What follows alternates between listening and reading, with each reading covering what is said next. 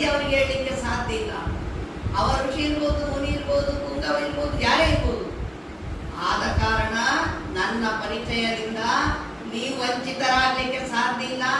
ನನ್ನ ಪರಿಚಯ ನಾನು ನಿಮಗೆ ಕೊಡಲೇಬೇಕು. ಯಾಕೆಂದ್ರೆ ನೀವು ನನ್ನ ಮಕ್ಕಳು. ಅದನ್ನು ಕೊಡುವಂತಹ ಸಮಯ ಬಂದಾಗ ನಾನು ಬರ್ತೇನೆ. ಇಂತಿಂತ ಸಮಯದಲ್ಲಿ ನಾನು ಬರ್ತೇನೆ, ಧರ್ಮಗ್ಲಾನಿ ಆದಾಗ ಅಂತೆಲ್ಲ ಹೇಳಿದ್ದಾರೆ.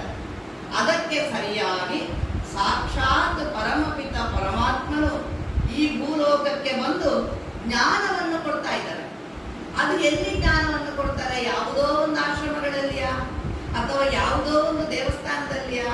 ಅಲ್ಲ, ಅವರು ತನ್ನದೇ ಆಗಿರುವಂತಹ ಒಂದು ವಿಶಿಷ್ಟ ಹೆಸರನ್ನಿಟ್ಟುಕೊಂಡು ಒಂದು ಸಂಸ್ಥೆಯನ್ನು ಸ್ಥಾಪನೆ ಮಾಡಿ ಪ್ರಜಾಪಿತ ಬ್ರಹ್ಮಕುಮಾರಿಯರ ಈಶ್ವರೀಯ ವಿಶ್ವವಿದ್ಯಾಲಯ ಎನ್ನುವಂತ ಮಹಾ ಸಂಸ್ಥೆಯನ್ನು ಸ್ಥಾಪನೆ ಮಾಡಿ ಜಾತಿ ಭೇದ, ಲಿಂಗಭೇದ, ವಯೋಭೇದ, ಯಾವುದೇ ಪ್ರಕಾರದ ಭೇದ ಭಾವಗಳನ್ನು ಎಣಿಸದೆ ಸರ್ವರಿಗೂ ಸಹ ಸಮನಾಗಿ ಪರಮಾತ್ಮ ಜ್ಞಾನವನ್ನು ಪುಕ್ಕಟೆಯಾಗಿ ಕೊಡ್ತಾ ಇದ್ದಾರೆ. ಯಾವುದೇ 10 ಪೈಸೆಗಳನ್ನು ಸಹ ಇಲ್ಲಿ ತೆಗೆದುಕೊಳ್ಳುವುದಿಲ್ಲ. ಹಾಗಾಗಿ ಪರಮಪಿತ ಪರಮಾತ್ಮನು ಕೊಡುವಂತಹ ಜ್ಞಾನ ಅವನು ಏನು ಕೊಡ್ತಾನೆ ಅಂತಂದ್ರೆ, ಮೊದಲನೆಯದಾಗಿ ಪರಮಾತ್ಮನನ್ನು ನಾನು ನೆನಪು ಮಾಡ್ಬೇಕಂತಂದ್ರೆ ಅವನನ್ನು ನೆನಪು ಮಾಡುವಂತ ನಾನು ಯಾರು? ನಾನೆಲ್ಲಿಂದ ಬಂದಿದ್ದೇನೆ? ಎಲ್ಲಿಗೆ ಹೋಗ್ಬೇಕಾಗಿದೆ? ನಾನು ಮಾಡಬೇಕಾದ ಕರ್ತವ್ಯ ಒಂದು ಗೊತ್ತಿಲ್ಲ.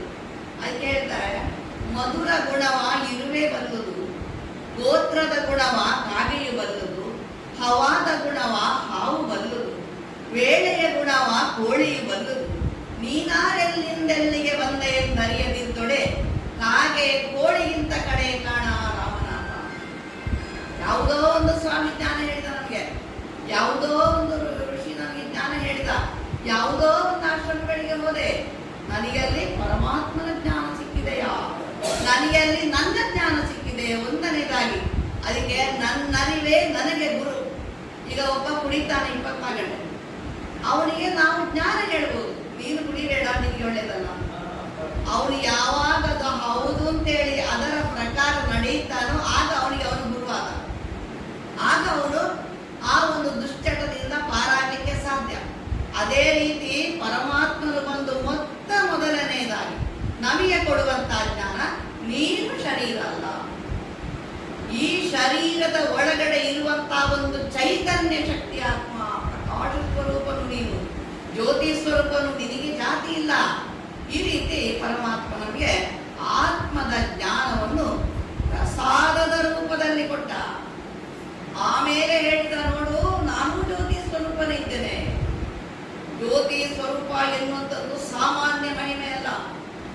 ಶರೀರದಾಗಿ ನೋಡ್ಬೋದು ನಾವು, ಜಗತ್ತು ಒಂದೇ, ಪರಮಾತ್ಮ ಒಬ್ಬನೇ, ಎಲ್ಲ ಧರ್ಮದಲ್ಲಿಯೂ ಒಬ್ಬರೇ ಪರಮಾತ್ಮ. ಆಮೇಲೆ ಮುಸಲ್ಮಾನರ ಪರಮಾತ್ಮ, ಕ್ರೈಸ್ತರ ಪರಮಾತ್ಮ ಅಂತ ಎಂತ ಹೇಳಲಿಲ್ಲ. ಹಾಗಾದ್ರೆ ಆ ಪರಮಾತ್ಮನ ರೂಪ ಹೇಗಿರ್ಬೇಕು? ನಾವು ಕೃಷ್ಣ ಅಂತ ಹೇಳಿದ್ರೆ ಮುಸಲ್ಮಾನರು ಒಪ್ಪುತ್ತಾರ, ಕ್ರೈಸ್ತರು ಒಪ್ಪುತ್ತಾರ, ಯೇಸು ಅಂತಂದ್ರೆ ಹಿಂದೂಗಳು ಒಪ್ಪುತ್ತಾರ? ಎಲ್ಲಾ ಧರ್ಮದವರು ಒಪ್ಪುವಂತೆ ಇರಬೇಕು ಅವನ ರೂಪ. ಅವನ ಪರಿಚಯ ಕೊಡ್ಲಿಕ್ಕೆ ಅಷ್ಟೇ ಸಮಯ ಇಲ್ಲ, ಒಂದು ಸ್ವಲ್ಪ ಔಟ್ಲೈನ್ ಅಂತ ಹೇಳ್ತಾರೆ.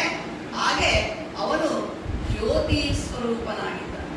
ಅದನ್ನು ಒಪ್ಪಿದ್ದಾರೆ, ಮುಸಲ್ಮಾನರು ಒಪ್ಪಿದ್ದಾರೆ. ಅಲ್ಲ ಏಕ್ ನೂರು ಅಂತ ಹೇಳ್ತಾರೆ. ಕ್ರೈಸ್ತರು ಒಪ್ಪಿದ್ದಾರೆ, ಗಾಡ್ ಇಸ್ ಲೈಟ್ ಅಂತ ಹೇಳ್ತಾರೆ. ಆಮೇಲೆ ಬೌದ್ಧರು ಜ್ಯೋತಿಯನ್ನು ಒಂದು ಪೂಜೆ ಮಾಡ್ತಾರೆ. ಅವರೊಂದು ಇದ್ದಾರೆ, ಒಂದು ಕಾಲ್ದೀಪದಲ್ಲಿ ದೀಪ ಉರಿಸಿ ಅದರ ದೃಷ್ಟಿಯನ್ನು ಕೇಂದ್ರೀಕರಿಸಿ ಅವರು ಪೂಜೆ ಮಾಡ್ತಾರೆ. ಹಾಗೆ ಈ ಜ್ಯೋತಿ ಸ್ವರೂಪ ಅಂತಂದ್ರೆ ಇದು ಸರ್ವ ಧರ್ಮದವರಿಗೂ ಅನ್ವಯಿಸ್ತದೆ. ಹಾಗೆ ಆ ಪರಮಪಿತ ಪರಮಾತ್ಮನು ಸರ್ವರ ಹಿತಕಾರಿ, ಸರ್ವರ ಬಂಧು, ಸರ್ವರಿಗೆ ಪಿತ, ಸರ್ವರ ದೇವ, ಸರ್ವರಿಗೂ ಗುರು, ಇಡೀ ಜಗತ್ತಿಗೆ ಗುರು. ಆದ್ರೆ ಇಲ್ಲಿ ಕೆಲವರು ಗುರುಗಳು ನಾನು ಜಗದ್ಗುರು 108 ಅಂತೆಲ್ಲ ಹೆಸರಿಟ್ಟುಕೊಳ್ತಾರೆ. ಅವರನ್ನು ಮುಸಲ್ಮಾನರು ಹೋಗ್ತಾರೆ, ಅವರನ್ನು ಕ್ರೈಸ್ತರು ಹೋಗ್ತಾರೆ. ಇಡೀ ಜಗತ್ತೇ ಒಪ್ಪುವಂತಹ ಗುರು, ಏಕೈಕ ಗುರುವೇ ಪರಮಾತ್ಮ. ಆದ್ರೆ ಇಲ್ಲಿ ಏನಾಗಿದೆ ಅಂತಂದ್ರೆ, ಈಶ್ವರೀಯ ವಿಶ್ವವಿದ್ಯಾಲಯದಲ್ಲಿಯೇ ಪರಮಾತ್ಮ ಅಂದಾರ ಏನು ಗೊತ್ತು ಅಂತ ನೀವು ಹೇಳ್ತೀರಿ. ಹಾಗೆ ನಮ್ಗೆ ಹೇಳ್ತಾರೆ ತುಂಬ ಜನ, ನೀವೇ ಹೇಳ್ತೀರಿ ಪರಮಾತ್ಮ ನಮ್ಮಲ್ಲಿ ಬಂದಿದ್ದಾರೆ ಜ್ಞಾನ. ಅದಕ್ಕೇನಪ್ಪ ಅಂತಂದ್ರೆ, ನಾವು ಅಣ್ಣವರಿಗೆ ಹೇಳಿದ್ರು 4 ಯುಗಗಳು, ಸತ್ಯಯುಗ, ತ್ರೇತಾಯುಗ, ದ್ವಾಪರಯುಗ, ಕಲಿಯುಗ ಎನ್ನುವಂತ ಈ 4 ಯುಗಗಳಲ್ಲಿ ನಾವಿದ್ದೆವು. ನಮಗೆ ಗೊತ್ತಿಲ್ಲ, ಮರ್ತೋಗಿದೆ. ಸತ್ಯಯುಗದಲ್ಲಿ ಇದ್ದೆವು ನಾವು, ತ್ರೇತಾಯುಗದಲ್ಲಿ ಇದ್ದೆವು ನಾವು, ದ್ವಾಪರ ಯುಗದಲ್ಲಿ ಇದ್ದೆವು, ಕಲಿಯುಗದಲ್ಲಿ ಇದ್ದೇವೆ. ಹಾಗೆ ಸತ್ಯಯುಗದಲ್ಲಿ ನಾವು ಹೇಗೆ ಇದ್ದೆವು ಅಂತಂದ್ರೆ ಈ ರೀತಿ ಇರಲಿಲ್ಲ. ನಾವು ದೇವತಾ ಸ್ವರೂಪದಲ್ಲಿದ್ದೆವು, 16 ಕಲಾ ಸಂಪೂರ್ಣ ನಿರ್ವಿಕಾರಿಗಳಾಗಿದ್ದೆವು, ಮರ್ಯಾದಾ ಪುರುಷೋತ್ತಮರಾಗಿದ್ದೆವು. ಅಹಿಂಸೆಯೇ ನಮ್ಮ ಪರಮ ಧರ್ಮವಾಗಿತ್ತು. ಅಲ್ಲಿಂದ ಪುನರ್ಜನ್ಮವನ್ನು ಪಡೆದು ಕಲಿಯುಗಕ್ಕೆ ಬಂದು ತಲುಪಿ ಸಾಮಾನ್ಯ ಮನುಷ್ಯರು, ಧರ್ಮ ಭ್ರಷ್ಟರು, ಕರ್ಮ ಭ್ರಷ್ಟರು, ದಿಕ್ಕಿಲ್ಲದವರು, ಗತಿ ಇಲ್ಲದವರು, ಅನಾಥರಾಗಿ ಪರಮಾತ್ಮ ಯಾರು ಗೊತ್ತಿಲ್ಲದೆ ಬಹಳ ಕಂಗಾಲಾಗಿದ್ದೇವೆ. ಇಂತಹ ಸಮಯದಲ್ಲಿ ಇದು ಏನಾಗ್ತದೆಪ್ಪ ಅಂತಂದ್ರೆ ಸತ್ಯಯುಗ ಕಳೆದೋಗಿದೆ, ತ್ರೇತಾಯುಗ ಕಳೆದೋಗಿದೆ, ದ್ವಾಪರ ಕಳೆದೋಗಿದೆ, ಕಲಿಯುಗ ನಡೀತಾ ಇದೆ. ಈ ಸೃಷ್ಟಿಯ ನಿಯಮ ಈ ರೀತಿ ಮಾಡಲ್ಪಟ್ಟಿದೆ. ಕಲಿಯುಗ ಹೋಗ್ಬೇಕು, ಸತ್ಯಯುಗ ಬರಬೇಕು. ಅದನ್ನು ನಿಲ್ಲಿಸಲಿಕ್ಕೆ ಹರಿಗೂ ಸಾಧ್ಯ ಇಲ್ಲ, ಹರನಿಗೂ ಸಾಧ್ಯ ಇಲ್ಲ, ಬ್ರಹ್ಮನಿಗೂ ಸಾಧ್ಯ ಇಲ್ಲ, ಯಾರಿಗೂ ಸಾಧ್ಯ ಇಲ್ಲ. ಇದು ಯಾವಾಗ ಅಂತಂದ್ರೆ ಅತೀ ಶೀಘ್ರದಲ್ಲಿ, ಇನ್ನು ಉಳಿದಂತಹ ಸ್ವಲ್ಪನೇ ಸಮಯದಲ್ಲಿ ಈ ಕಲಿಯುಗವು ಮಹಾವಿನಾಶ ಆಗ್ತದೆ. ಮುಂದೆ ಸತ್ಯಯುಗವು ಸ್ಥಾಪನೆ ಆಗ್ತದೆ.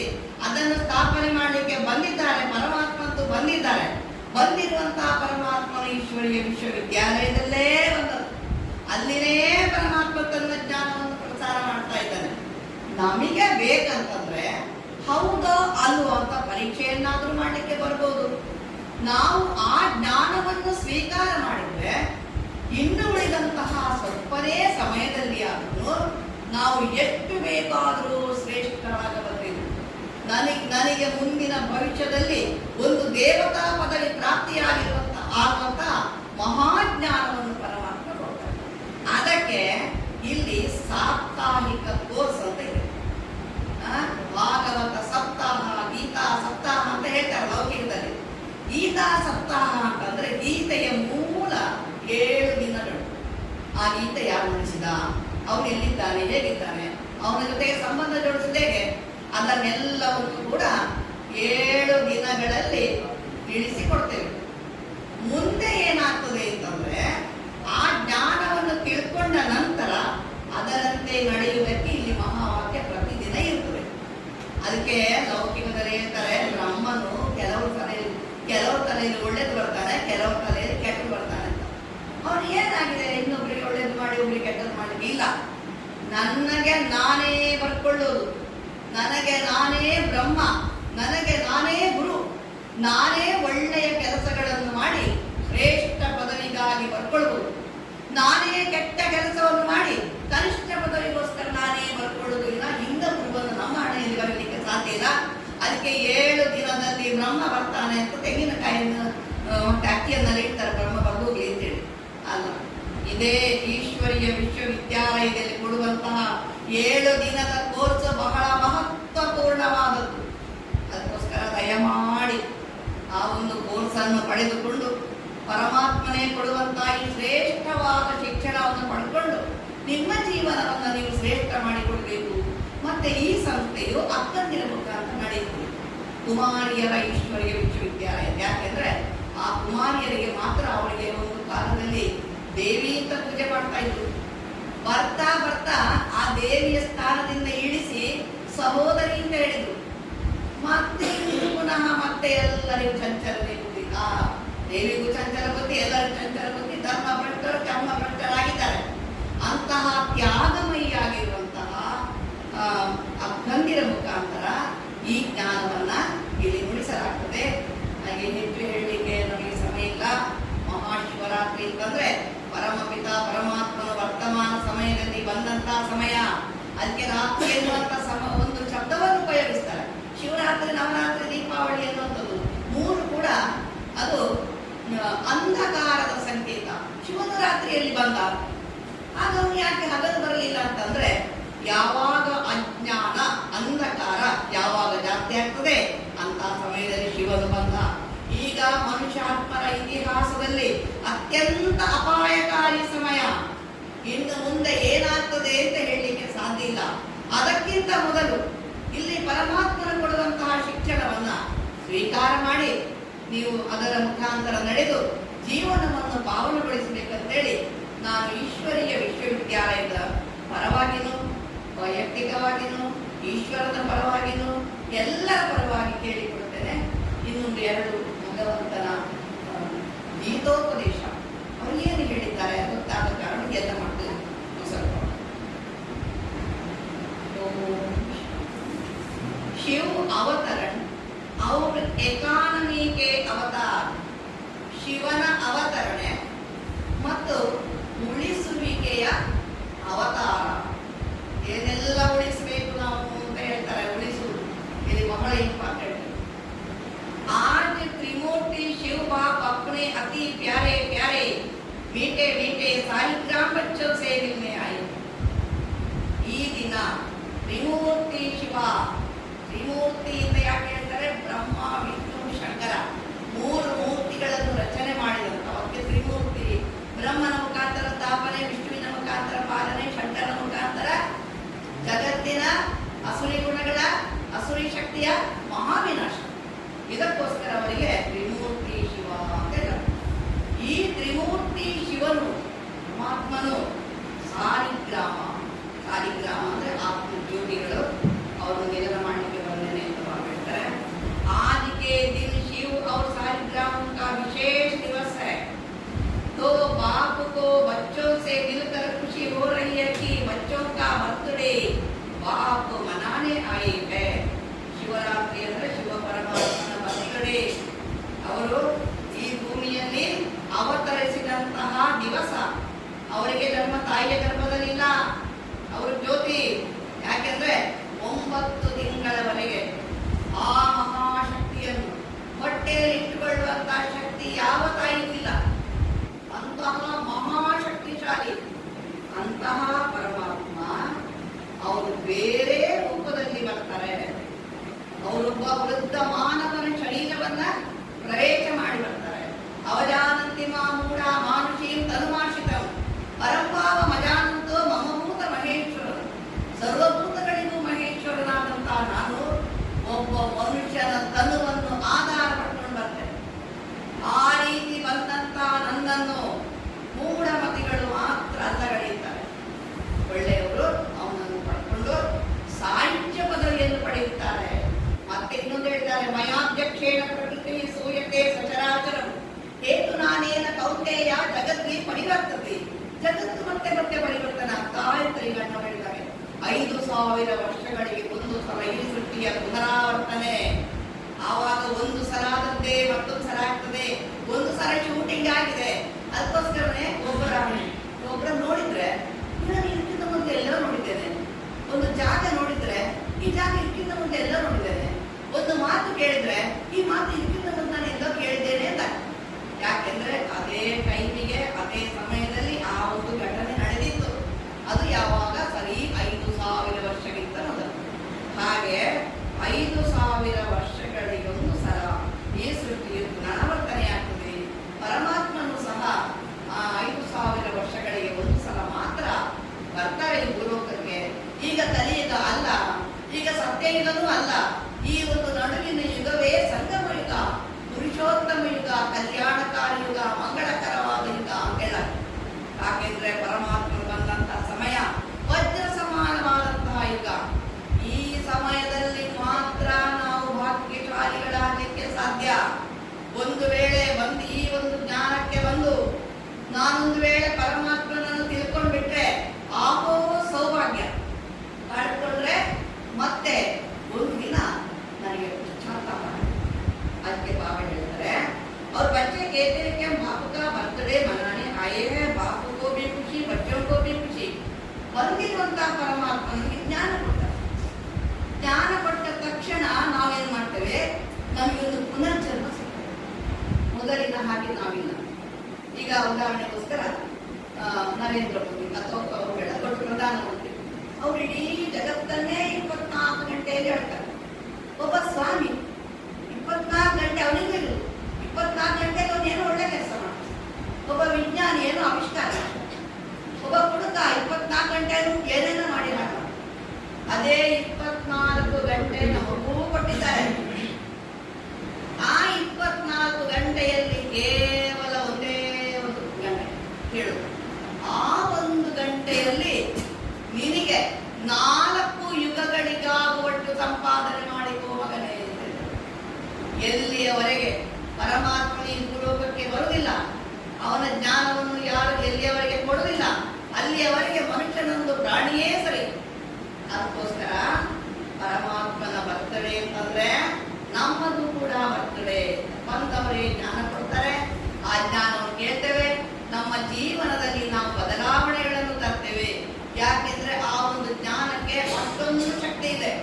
ಸಾಮಾನ್ಯ ಶಕ್ತಿ ಅಲ್ಲ. ಎಂಥ ಕುಡುಕರಾದರೂ ಬಿಡ್ತಾರೆ, ಎಂಥವರಾದರೂ ನೂರು ಕೊಲೆ ಮಾಡಿದ ಪಂಚಮ ಸಿಂಹರು ಶರಣಾಗಿದ್ದಾರೆ. ಯಾಕೆ ಅಂತಂದ್ರೆ ಆ ಜ್ಞಾನದ ಮಹತ್ವ ಅಷ್ಟಿದೆ.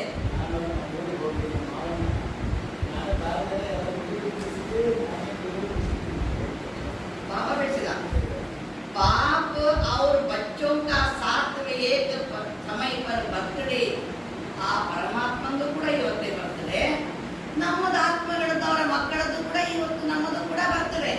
ಹೀಗಾಗಿ ಪರಮಾತ್ಮನ ಅಂಶವೇ ನಾವು ಜ್ಯೋತಿ ಸ್ವರೂಪ ಆತ್ಮಗಳು, ಅವ ಜ್ಯೋತಿ ಸ್ವರೂಪ ಪರಮಾತ್ಮ, ಅವನು ಜ್ಯೋತಿ, ನಾವು ಜ್ಯೋತಿನೇ. ಆದ್ರೆ ರೂಪದಲ್ಲಿ ಮಾತ್ರ ಒಂದೇ, ಶಕ್ತಿ ಸಾಮರ್ಥ್ಯಗಳಲ್ಲಿ ಅಲ್ಲ. ಅದಕ್ಕೆ ಹೇಳ್ತಾರೆ, ಹೇ ರೂಪೇ ಹೇ ಬೆಕ್ಕೆ, ರೂಪಿನಲ್ಲಿ ಹುಲಿಯನ್ನು ಗರ್ವಿಸಬೇಡ, ಇಲಿಯ ಹಿಡಿಯುವುದರೊಳಗಾಯ್ತು ನಿನ್ನ ಶೌರ್ಯ. ಅದಕ್ಕೆ ಅದೇ ರೀತಿ ಪರಮಾತ್ಮನ ಶಕ್ತಿನೇ ಬೇರೆ, ನಮ್ಮ ಶಕ್ತಿನೇ ಬೇರೆ.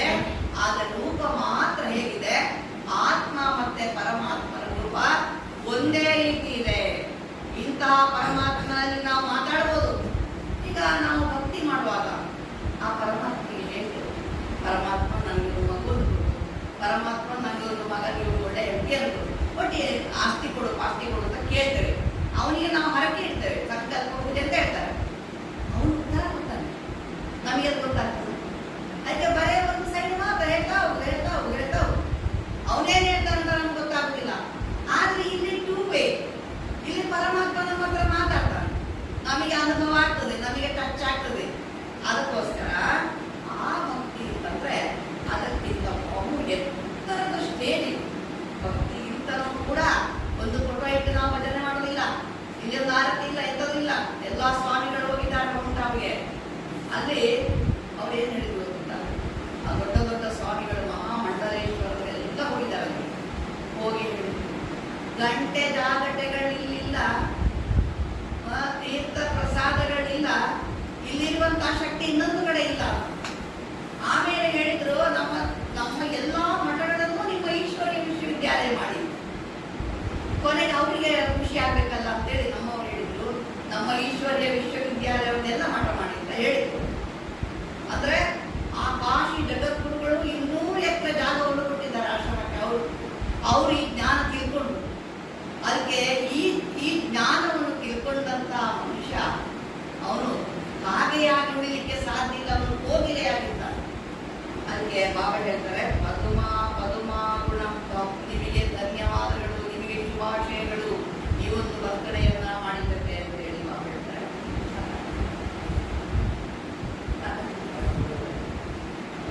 ಈಗ ತುಂಬಾ ಉಂಟಿದೆ, 4 ಯುಗಕ್ಕೆ ಬೇಕಾಗಿ 4 ಪೇಜ್ ಇದೆ, ಬೇಕಾಗುತ್ತೆ. ಅದಕ್ಕೋಸ್ಕರ ಈಗ ಮುಗಿಸ್ತೇನೆ.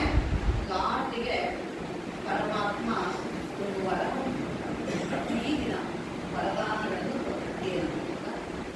ಚಾರೋ ಓರ್ के देश, शहर, गांव, चारों ओर के बच्चों को, सबसे पहले छोटे छोटे गांव वाले बच्चों को याद प्यार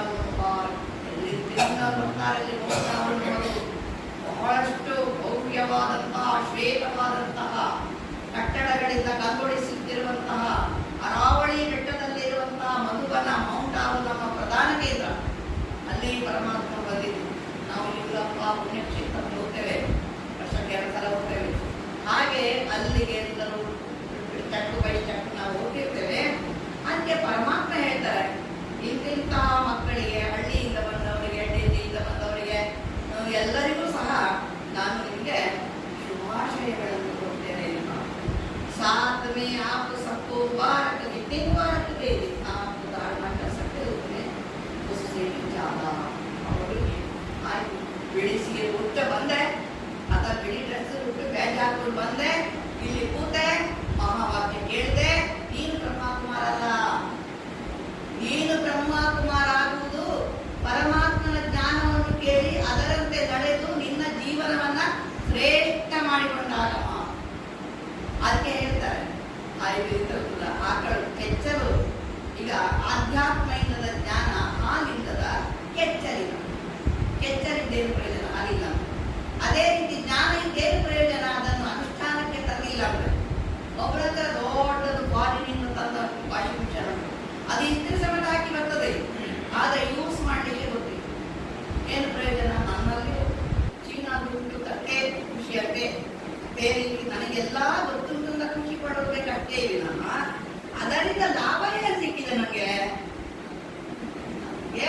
ಅನುಷ್ಠಾನಕ್ಕೆ ತರುವುದೇನೂ ಕಷ್ಟ ಇಲ್ಲ. ಇನ್ನೊಂದು ವಿಷಯ, ಒಬ್ಬ ಮಗ ಇದ್ದಾನೆ ಸಣ್ಣ, ಒಬ್ಬ 10 ವರ್ಷದ, ಅವನ ತಲೆ ಮೇಲೆ 50 kg ಅಕ್ಕಿ ತಂದೆ ತಲೆ ಮೇಲೆ ಇಡ್ತಿಲ್ಲ. ಯಾಕೆಂದ್ರೆ ಅವನಿಗೆ ಗೊತ್ತು ನನ್ನ ಮಗನಿಗೆ ಅಷ್ಟು ಕೊಡ್ಲಿಕ್ಕೆ ಆಗ್ತಿಲ್ಲ ಅಂತ. ಅದೇ ರೀತಿ ತಂದೆಗೂ ಗೊತ್ತು ನನ್ನ ಮಗನಿಗೆ ಎಷ್ಟು ಮಾಡ್ಲಿಕ್ಕೆ ಆಗ್ತದೆ.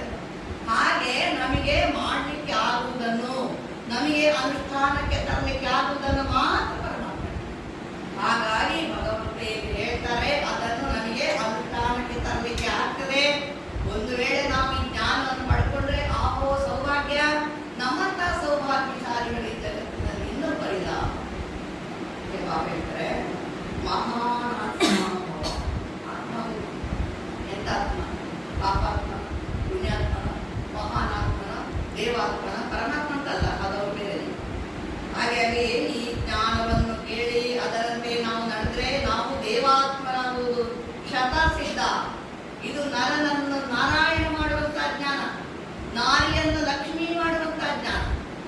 ಅದರಂತೆ ನಡೆದ್ರೆ ಆಮೇಲೆ ಮಹಾನಾತ್ಮಗಳಾಗಿ जो भी संपर्क में आए उन्हें ऐसा संबंध में लाओ जो संबंध में आते आते समर्पण पूरी हो जाए.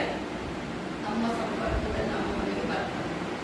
ಇದು ಸತ್ಯನಾರಾಯಣ ಪೂಜೆ ನಡೀತಾರೆ, ಅಲ್ಲಿ ಸತ್ಯನಾರಾಯಣ ಪ್ರಸಾದ. ಯಾರು ಬಂದರೂ ಕೂಡ ಏನ್ ಮಾಡ್ತಾರೆ, ಪ್ರಸಾದ ಅಂದ್ರೆ ಅದೊಂದು ಕಥೆ ಇದೆ. ಅವರು ಪ್ರಸಾದ ಕೊಡೋದಕ್ಕೆ ಅವಳ ಗಂಡ ನೀರಲ್ಲಿ ಮುಳುಗಿದ್ದಾನೆ. ಅದೇ ರೀತಿ ಪ್ರಸಾದವನ್ನು ಎಲ್ಲರಿಗೂ ಹಂಚಬೇಕಲ್ಲ, ಅದೇ ರೀತಿ ಜ್ಞಾನವು ಮಹಾಪ್ರಸಾದ. ಅದನ್ನು ಪ್ರತಿಯೊಬ್ಬರಿಗೂ ನಿಮ್ಮ ಹತ್ತಿರ ಯಾರು ಬರ್ತಾರೆ ಅವರಿಗೆ ನೀವು ಜ್ಞಾನ ಪ್ರಸಾದವನ್ನ ಹಂಚಬೇಕು ಅಂತ ಹೇಳ್ತಾರೆ. ಹಾಗೆ ನಮ್ಮ ಹತ್ರಕ್ಕೆ ಬರ್ತಾರೆ, ನಮ್ಮ ಸಂಪರ್ಕದಲ್ಲಿ ಬರ್ತಾರೆ, ಅವರಿಗೆ ಈ ಸತ್ಯ ಜ್ಞಾನವನ್ನು ಹೇಳಿಬಿಡಿ. ನೀವು ನನಗೆ ಹೇಳಿಲ್ಲ ಅಂತ ಅವ್ರು ನಾಳೆ ಏನ್ ಮಾಡಬಾರ್ದು, ಇಂಥ ಒಳ್ಳೆ ಜ್ಞಾನ ನೀವು ನನಗೆ ಬೈದು ಹೇಳ್ಬೇಕಿತ್ತು, ನೀವು ನನಗೆ ಹೊಡೆದೇ ಹೇಳ್ಬೇಕಿತ್ತು ಅಂತ ಹೇಳ್ತಾರೆ. ನಾನು ನಿಮಗೆ ವಾಪಸ್ ಹೊಡಿತಿದ್ದೆ, ಆದ್ರೆ ನೀವು ಅದನ್ನು ಸಹಿಸಿಕೊಳ್ಬೇಕಿತ್ತು. ಯಾಕೆ ನಿಮಗೆ ಗೊತ್ತಿಲ್ಲಲ್ಲ ಸತ್ಯ ಜ್ಞಾನ, ನಾನು ಗೊತ್ತಿಲ್ಲದೆ ಹೊಡ್ತೇನೆ. ಈ ರೀತಿಯೆಲ್ಲ ನಮ್ಮ ಮೇಲೆ ಉಲ್ಲನ, ನಮ್ಮ ಮೇಲೆ ಅಪವಾದಗಳನ್ನ ಹಾಕ್ತಾರೆ. ಅದಕ್ಕೋಸ್ಕರ ಜ್ಞಾನ ಕೊಡುವುದು ನಮ್ಮ ಕರ್ತವ್ಯ. ಅದಕ್ಕೆ ನಾವು ಹಣ ಖರ್ಚಾದ್ರೆ ಫೀಸ್ ತಗೊಳ್ಳೋದಿಲ್ಲ, ಅದನ್ನು ಕೂಡ ಒಂದು ಸ್ವಲ್ಪ ಸ್ವಲ್ಪ ನಮ್ಮ ಕೈಯಿಂದ ನಾವು ಖರ್ಚು ಮಾಡಿದ್ರೆ ಅದಕ್ಕೆ ದುಪ್ಪಟ್ಟು ನಮಗೆ ಪ್ರಾಪ್ತಿ ಆಗ್ತದೆ. ನಾವು ಹೇಳ್ತಾರೆ फिर उनके प्रश्न समाप्त हो जाएंगे. सिर्फ ये नहीं कहे कि इनका ज्ञान अच्छा. ಅವ್ರು ಇಷ್ಟೇ ಹೇಳ್ತಾರೆ, ನಿಮ್ಮದು ಒಳ್ಳೇದು, ಯಾರು ಈಗ ಕೆಟ್ಟ ಅಂತ ಹೇಳುವುದು. ಯಾಕೆಂದ್ರೆ ವರ್ತಮಾನ ಸಮಯದಲ್ಲಿ ಇರುಳಿ, ಮೋಸ, ಟಗಿ, ವಂಚನೆ, ಈ ಒಂದು ಸಂಸ್ಥೆಯ ಬಗ್ಗೆ ಯಾರು ಚಕಾರ ಶಬ್ದ ಎತ್ತಿಲ್ಲ. ಇವತ್ತು ದ್ರೌಪದಿ ಮುರ್ಮು ಸಹ ಬ್ರಹ್ಮಕುಮಾರಿಯವರು, ನರೇಂದ್ರ ಮೋದಿ ಅವರು ಕೂಡ ಕ್ಲಾಸಿಗೆ ಹೋಗ್ತಾ ಇದ್ರು ಆಗ. ಅದಕ್ಕೋಸ್ಕರ ಅವ್ರು ಹೇಳ್ತಾರೆ ಬಹಳ ಒಳ್ಳೆಯದು. ಆದ್ರೆ ಅವ್ನು ಇಲ್ಲಿ ತಿಳಬೇಕು, ಅಲ್ಲಿ ಪರಮಾತ್ಮನೇ ಬಂದಿದ್ದಾನೆ, ಅವನೇ ಜ್ಞಾನ ಕೊಡ್ತಾನೆ ಅಂತ ಹೇಳಿಕೊಟ್ಟು ಆ ರೀತಿ ಅವ್ರಿಗೆ ಹೇಳ್ಬೇಕು. ಆ ರೀತಿ ಅವರಿಗೆ ನಾವು ನಮ್ಮ ಸತ್ಯ ಜ್ಞಾನವನ್ನ ಪ್ರಸಾರ ಮಾಡಬೇಕು. ಲೇಖನಿಯ ನಯಾ ಜ್ಞಾನ ಮೈ ದುನಿಯಾ ಲಯಗೆ ಹೊಸ ಜ್ಞಾನ ಇದು. ಇದು ಶಾಸ್ತ್ರದಲ್ಲಿ ಇದ್ದಂತ ಜ್ಞಾನದ, ಶಾಸ್ತ್ರದಲ್ಲಿ ಇರುವುದು ಬೇರೆ. ಆದ್ರೆ ಶಾಸ್ತ್ರದಲ್ಲಿ ಕೆಲವು ಇದೆ. ಏಕಂ ಸತ್ರಿಗ್ರಹ ಬಹುಧಾವದಂತೆ ಅಂತ ಋಗ್ವೇದದಲ್ಲಿ ಹೇಳಿದ್ದಾರೆ. ದೇವರೊಬ್ಬ ನಾಮ ಲೌಕ. ಆದ್ರೆ ನಾವು ರೂಪವನ್ನು ಲವ್ ಮಾಡಿದ್ದೇವೆ. ಗಣಪತಿ ರೂಪ ಬೇರೆ, ಕೃಷ್ಣನ ರೂಪ ಬೇರೆ, ಮತ್ತೊಂದು ಹನುಮಂತನ ರೂಪ ಬೇರೆ, ಈ ರೀತಿ ಮಾಡಿಬಿಟ್ಟಿದ್ದೇವೆ. ಆದ್ರೆ ನಾಮಗಳು ಮಾತ್ರ ಹಲವು, ರೂಪ ಮಾತ್ರ ಒಂದೇ ಅಂತೇಳಿ. ಅದಕ್ಕೆ ಆದ್ರೆ ಬಾಬಾ ಹೇಳ್ತಾರೆ, ಅವರು ಒಳ್ಳೆಯದು ತಪ್ಪೇ ಹೇಳುವುದಲ್ಲ, ಇದು ನಮಗೆ ಬೇಕೇ ಬೇಕಾದ ಜ್ಞಾನ, ಇದು ನನಗೆ ಸ್ವೀಕಾರ ಮಾಡಲೇಬೇಕಾದ ಜ್ಞಾನ. ನಾನೊಂದು ವೇಳೆ ಈ ಜ್ಞಾನವನ್ನು ಸ್ವೀಕಾರ ಮಾಡಿಲ್ಲ ಅಂತಂದ್ರೆ ನನ್ನಂತ ಕುಂಭಕರ್ಣ ಇನ್ನೊಬ್ಬನಿಲ್ಲ ಅಂತ ಅವ್ರಿಗೆ ಹೇಳ್ಬೇಕು. ಆ ರೀತಿ ಅವ್ರಿಗೆ ನಾವು ಏನ್ ಮಾಡ್ಬೇಕು, ಜ್ಞಾನವನ್ನ ಮುಟ್ಟಿಸಬೇಕು. ಆವಾಗ ಇನ್ನೂ ಲಕ್ಷಾಂತರ ವರ್ಷ ಇದೆ ಅಂತ ಕುಂಭಕರ್ಣನಾಗಿ ನಿದ್ದೆ ಮಾಡಿದ್ದಾರೆ, ಬೋರಾಗಿದ್ದು. ಇನ್ನೂ ಹೆಂಡತಿ ಮಕ್ಕಳು, ಮದುವೆ, ಆಸ್ತಿ ಪಾಸ್ತಿ, ದುಡ್ಡು ಅದನ್ನೆಲ್ಲ ಬಾಬಾ ಹೇಳಿದ್ದಾರೆ. ನಿಮ್ಮಲ್ಲಿದ್ದ ನೋಟುಗಳ ಅಟ್ಟಿಯನ್ನೆಲ್ಲ ಬಿಸಾಡುವಂತ ಕಾಲ ಬಂದೇ ಬರ್ತಾರೆ. ಯಾಕೆಂದ್ರೆ ಇದು ಭಗವಾನ್ ವಾಚ, ಒಂದು ಸುಳ್ಳಾಗಲಿಕ್ಕೆ ಸಾಧ್ಯವೇ ಇಲ್ಲ. ಹೊಸ ಹೊಸ ರೋಗಗಳು ಬರೋದನ್ನು ಎಲ್ಲವನ್ನು ಭವಿಷ್ಯವನ್ನು ಫಸ್ಟ್ ಕ್ಲಾಸ್ ಹೇಳ್ತಾರೆ ನಮಗೆ. ಅದಕ್ಕೆ ಬಾಬಾ ಹೇಳ್ತಾರೆ, ಈಗ ನಮ್ಮ ಕರ್ತವ್ಯ ಅಂತಂದ್ರೆ ಏನು ಕೊಡ್ತಾರೆ ಜ್ಞಾನ. ನಹಿ ಜ್ಞಾನೇನ ಸದೃಶಂ ಅಜ್ಞಾನ ತಿಮಿರಾಂಧಸ್ಯ ಜ್ಞಾನಾಂಜನ ಶಲಾಕಯ. ಅಜ್ಞಾನವನ್ನು ದೂರ ಮಾಡಲಿಕ್ಕೆ ಜ್ಞಾನದ ಅಂಜನ ಬೇಕು. ಜ್ಞಾನಾಂಜನ ಅಂದ್ರೆ ಏನು? ಅಂಜನ ಅಂದ್ರೆ ಕಣ್ಣಿಗೆ ಕಾಣದಿದ್ದದ್ದು ಕಾಣ್ತದೆ,